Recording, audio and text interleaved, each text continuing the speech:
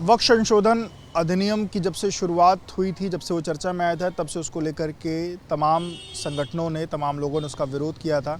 अब उसने कानून की शक्ल ले ली है, लेकिन अभी तमाम लोग उसके विरोध में हैं और जो लोग उसकी मुखालफत कर रहे हैं उनको अलग अलग जगहों पर कई प्रतिक्रियाओं का सामना भी करना पड़ रहा है।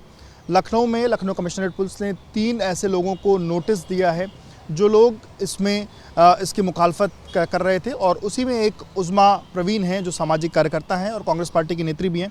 उज़्मा जी, आप लोग को 10 लाख रुपए मुचलके का एक नोटिस सर्व किया गया है, क्या है वो नोटिस, क्या लिखा गया है? उस नोटिस में लिखा गया है कि अगर इन्होंने किसी तरीके की प्रतिक्रिया करी है, प्रदर्शन किया या आवाज़ उठाई तो इनसे ये वसूला जाएगा 10 लाख का। तो मैं ये कहना चाहती हूँ, ये जो नोटिस आपने दिया ये सरासर जो है गैर संवैधानिक है, क्योंकि कभी भी किसी को आप अगर रूल्स में जाएंगे, रूल्स ऑफ लॉ में जाएंगे, तो आपको रूल्स ऑफ लॉ में दिखेगा कि किसी के लिए आप 10 लाख का नोटिस जारी नहीं कर सकते। जो मर्डरिस्ट हैं, जो अपराधी हैं, कातिल हैं, उनके लिए 10 लाख का नोटिस नहीं है। और मैं एक महिला जो सामाजिक कार्य कर रही हूँ, आपने उसको किस बिहाफ पर ये नोटिस दे दिया 10 लाख का?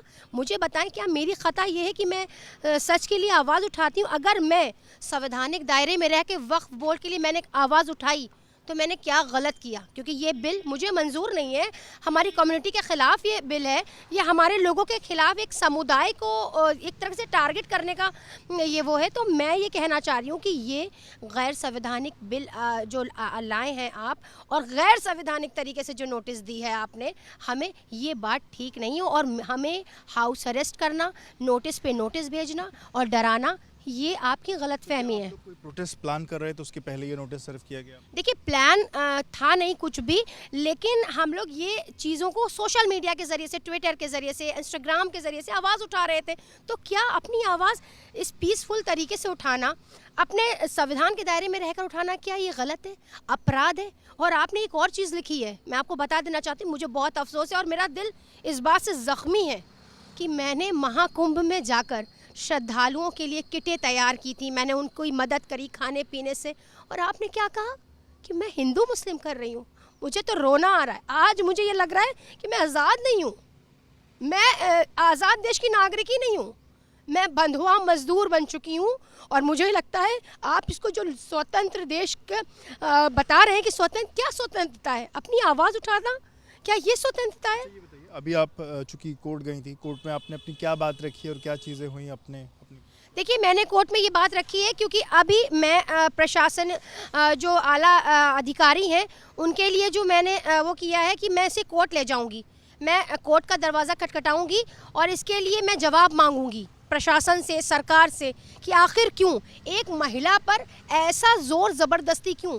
10 लाख रुपए मुचलके का मतलब समझते हैं? चलिए ठीक है, 1,50,000, चलिए अगर हम अपनी आवाज़ उठा रहे हैं संवैधानिक तौर से, तो आपका ठीक है, आप प्रतिक्रिया करिए अपनी।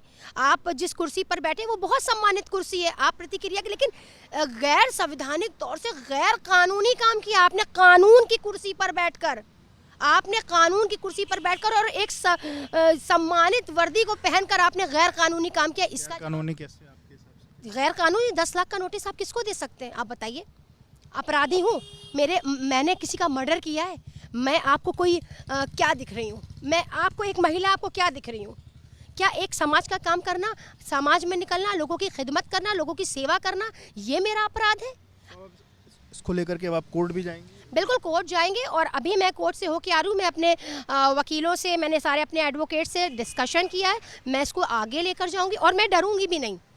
सुन लें, मैं अगर मुझे अपना आवाज़ को उठाना पड़ेगा, मैं अपनी आवाज़ उठाऊंगी, अपनी आवाज़ बुलंद करूँ, क्योंकि संविधान के दायरे में रहकर अगर आपके देश में कुछ गलत हुआ है तो आप उसके लिए आवाज़ उठा सकते हो, और मैं अपनी मुसलसल आवाज़ उठाऊंगी, मैं डरूंगी नहीं। आप सोच रहे मैं आपके 10 लाख के नोटिस से डरूंगी? मैं आपसे जवाब खुद मांगूंगी, मैं इस नोटिस से डरी नहीं हूँ। मैं इस नोटिस का जवाब आपसे मांगूंगी और उत्तर प्रदेश सरकार को, उत्तर प्रदेश प्रशासन को जवाब देना होगा, और मैं जवाब लेके रहूंगी। तो बहुत शुक्रिया बात करने के लिए। तो आप उज़्मा प्रवीण को सुन रहे थे, उनका कहना है कि जो नोटिस उनको सर्व किया गया है वो खुद ही गैर संवैधानिक है, क्योंकि 10 लाख रुपए का नोटिस आमतौर पर नहीं दिया जा सकता, ऐसा उनका मानना है। और उनका ये भी कहना है कि वो इस मसले को लेकर के आगे कोर्ट में जो अपनी लड़ाई है वो लड़ेंगे। इसके साथ साथ जो वक्फ संशोधन जो कानून है उसकी जो मुखालफत है वो भी वो करती रहेंगी। कैमरामैन प्रेम सिंह के साथ विवेक राय, VP news, Lucknow. For exclusive and insightful videos, subscribe to our new channel ABP Live Premium.